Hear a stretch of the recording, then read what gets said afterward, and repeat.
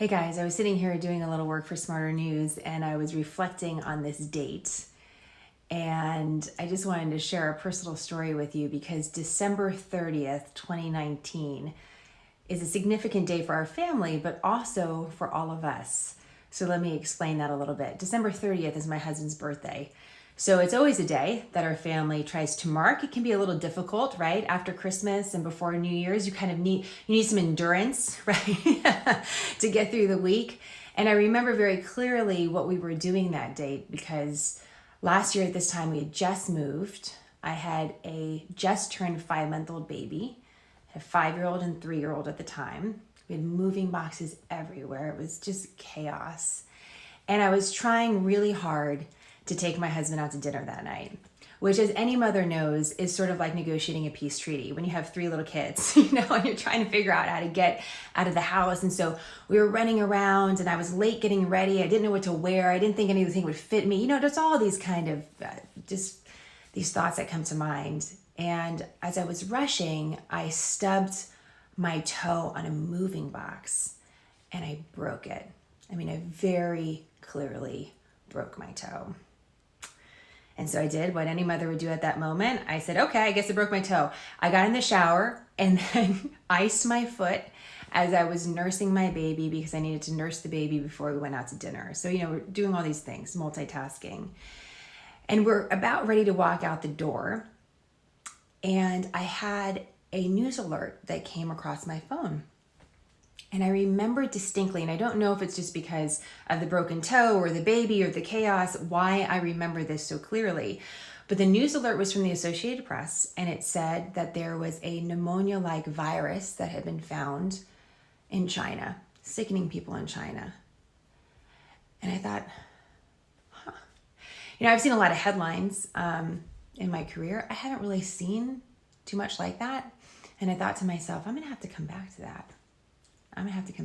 Turns out that was the first real announcement of the new coronavirus that would later turn into the COVID-19 pandemic. It came out, officially the news broke through the news wires. Depending on your time zone, it might have been December 31st. For me in Texas, it was December 30th.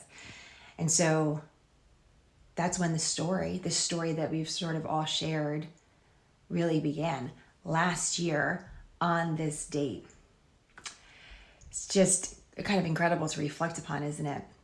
And I was thinking about this story today. I was listening to the radio this morning. There was a news report, and there was a news report on what people are believing about the new coronavirus and conspiracy theories. And there were all these things that were being talked about. And it made me reflect on the fact that while we know so much about the virus, right, we can get the genetic fingerprint for it. This is why scientists trace it back to bats and feel that that transmission happened to bats to humans. We still actually don't know the very precise origin of the virus. Isn't that interesting to reflect upon? We actually don't know it for any of the coronaviruses that are out there. We think we know based on the science, but the pinpoint of exactly how the story started is still a little bit of a mystery. And I'm thinking about that as we move into a new year and think, wow, I'm thinking about all that we've learned this year and the pieces of the puzzle that we've been able to learn, and thinking about, wow, we really want to prevent this story from ever happening again. So if we missed that important part at the beginning, what does that mean for us? It's interesting to know what remains a mystery and what facts we do have, right? We have a little bit of a mix of both. So I'm sure this has been an interesting holiday season for you. I know we're going into New Year's Eve, and it's been easy at times to look back, I think, on this past year and sort of feel like a victim of your scenario, right? It's so interesting, the pandemic, because there's so many big stories that we've covered, whether it's war or recession, and yet not every time does someone share in those experiences together, right? There's disproportionate amount of sharing in those stories. With the pandemic, we've all really shared in it in different ways, of course, but we've all been touched by it.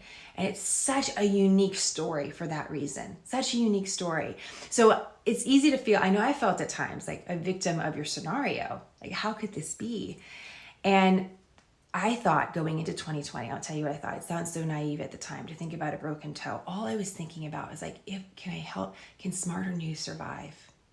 Can Smarter News survive if I could just position it to be helpful during the election, then maybe we can survive. That's all I was thinking about. I had no idea, we'd be confronting a global pandemic.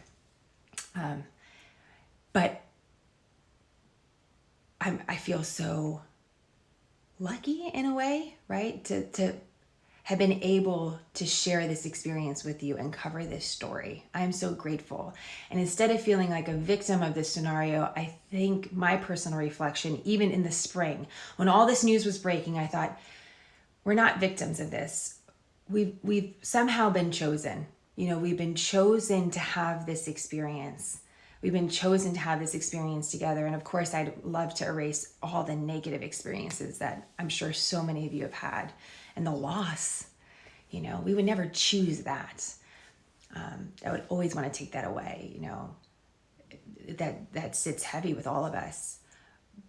But I'll go back to that feeling of feeling chosen for this moment. Chosen for this moment as part of Smarter News to hopefully be there with you, and also feeling so grateful for you, because quite frankly, without you, I wonder what this year would have been like for me. I know the unraveling, that feeling of unraveling that we've all felt, and I just feel like you in so many ways have saved me in a very real way and given me such purpose. So I don't want to get choked up.